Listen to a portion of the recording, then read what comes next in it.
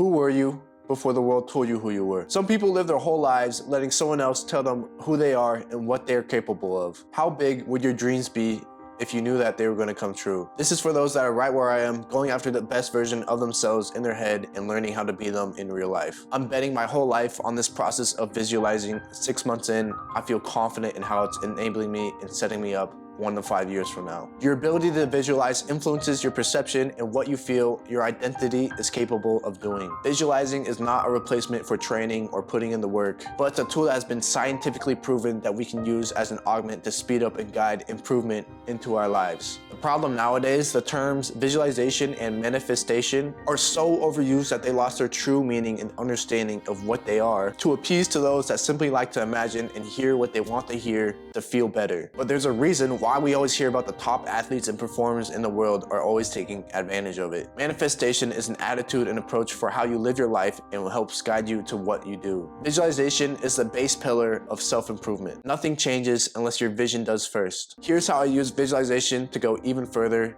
and change from just seeing the best version of myself to getting as close as I can to being it. Andrew Huberman, in his video on visualization, talks about a study done by Dr. Clauslin where he had some students look at a map that had different landmarks like a restaurant and a dock, and another group imagining the same island with the same landmarks and distance. And then he had people imagining themselves walking from one location to the other. What Clauslin found from this was that the amount of time it takes people to move one location to another, the processing speed of imagined experiences in the brain scaled exactly the same to the actual physical locations on the map. Now it feels obvious that that would be the case, if something's a little further, we're gonna imagine getting there a little bit later. But the study showed that when we imagine things in our mind's eye, our brains and its neurons react the same exact way as if it were really happening. Mental visualization at the neural level is identical to real-world events. Your brain's approach to them are exactly the same. This doesn't mean that it can replace real-world experiences. They're still better, of course, but absolutely we can use this to see that our brains react to visualization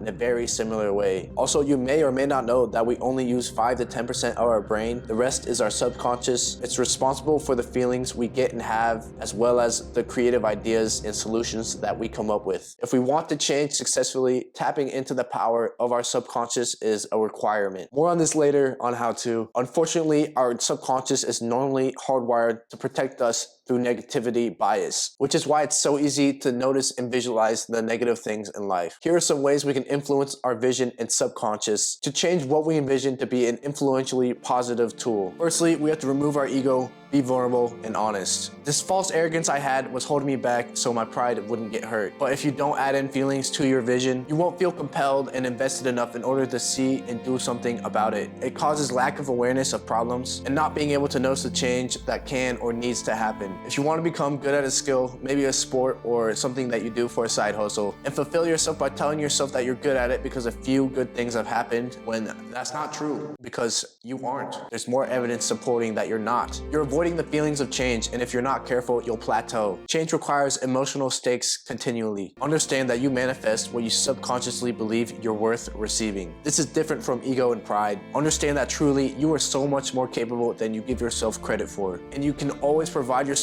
with the evidence for whatever it may be later. It doesn't matter what rationalization you have. Know that there is always a solution and more than one to what you face. If you only feel worthy of the bare minimum, all you'll ever reach is the bare minimum. That's how we end up setting our limits. To change our beliefs to be what we feel we are capable of, we need to be cautious with who and what we're exposing ourselves to, because we're always in a constant state of being influenced. We can watch others online in real life and use what they do for inspiration. Be vicarious. Gain courage from others. They show what's possible for you. To identify and shape your vision, understand what resonates the most with you and the people that you watch. Try to think about why it's resonating. Maybe the way that they behave, the action that they did, or the philosophy that they have. You are limitless as long as your vision is. As long as it's not overexerting yourself and causing you to burn out, you're not capable of it yet. Growing up, we're always told the typical talk of encouragement. You can be anything you want to be. And then when we get older, we get the safe advice of being realistic,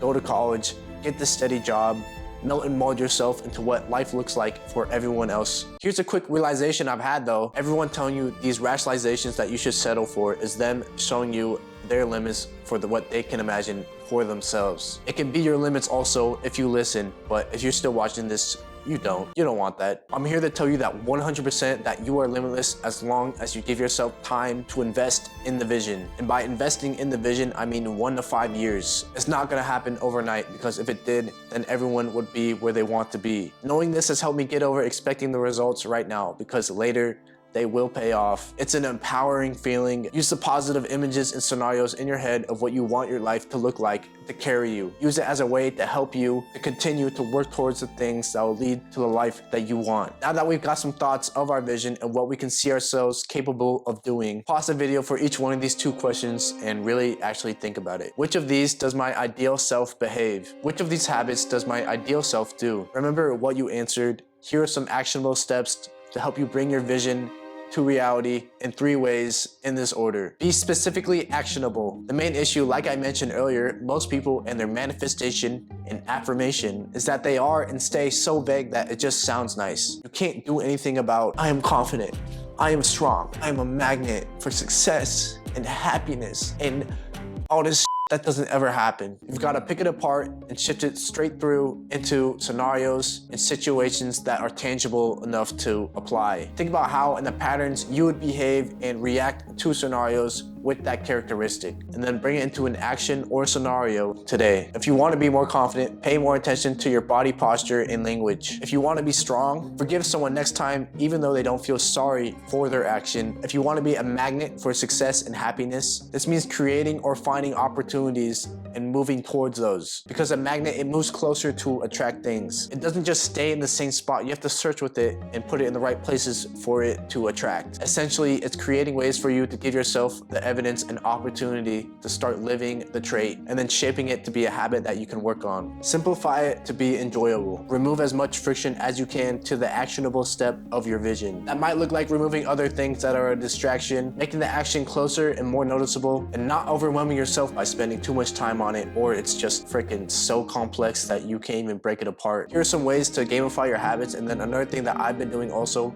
is just releasing the tension from doing it right. You'll learn as you go how to improve your process of it. Don't worry about that at first. The goal with all this is to become someone that would do what the ideal version of yourself would do, and to make that reality, you have to learn to enjoy these things that would lead to that. Otherwise, you're not going to stick with it, or at least learn to enjoy parts of it. Make sure to visualize you enjoying it when you are visualizing. Once you are enjoying it, you won't mind doing a little extra here and there, and gradually you can keep lengthening that time doing it. The last part of this, repetition of it. I know that just saying to repeat it is pretty vague and the same basic blah that we're all used to in the first place for anything good for you. If you want this video to actually help change your life, here are 3 more points to help drive you to repeatedly visualizing and also doing what you need to do in order to lead to your vision. What are you willing to sacrifice for your vision? Because what we need to do is make our life as simple as possible for our vision. Getting rid of the unimportant habits that don't lead to your vision leaves room for the much more important ones. Think about what you'll regret the least after. I personally found that no matter what, sticking to the 2-day rule, which is not skipping more than 2 days in a row of a habit, has been the sweet spot. You know, life stuff will always come up and prevent you from being super consistent, and plus just dealing with the resistance in the first place. The reason why I feel like this works so well, it's still staying pretty consistent. You know, you can go a couple days in a row or take a day off. It removes the pressure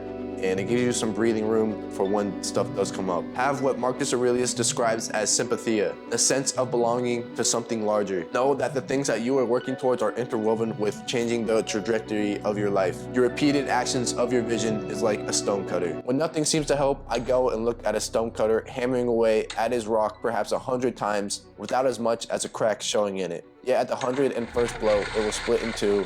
And I know it's not that blow that did it, but all that had gone before. You'll start to change what you and your subconscious feels, and more importantly, notices. Problems and obstacles start to look a lot more like opportunities. Remember earlier when I talked about how the subconscious is 90% of our brain? Grasping your vision to be specific, tying it in to how we feel, and repeatedly doing and following our vision will lead to our subconscious working with us. The more that you repeat something, the more that your subconscious becomes involved. It's like printing it out a blueprint that will help guide you with instructions to come up with ideas, solutions as well as what it notices and gets its attention drawn to. It will adapt to this as long as you're setting it up to. By the time that you reach where you want to be, not only will you be able to see even how much more capable we are thanks to visualizing, but also experience deja vu. Because if you do the steps and relentlessly work to bring your vision to life, you knew that you already had these moments in you. You've already seen them. This version of you that achieves greatness was deeply ingrained in you, deep within your core, waiting for the time that you will let it emerge. Visualize like this, shift your reality. I have a favor to ask you. If you enjoyed this video, please subscribe. It helps this channel much more than I can explain. And I promise, if you do that, to return the favor by continuing to make my videos better and better and better to provide more value for you. That's a promise I'm willing to make because this is my vision, honestly, and my dream that I'll continue to work towards for at least the next 3 years is what I set myself for. Thank you so much for watching this video. I hope that this video has helped you. Have a beautiful rest of your day. I'll see you in the next one.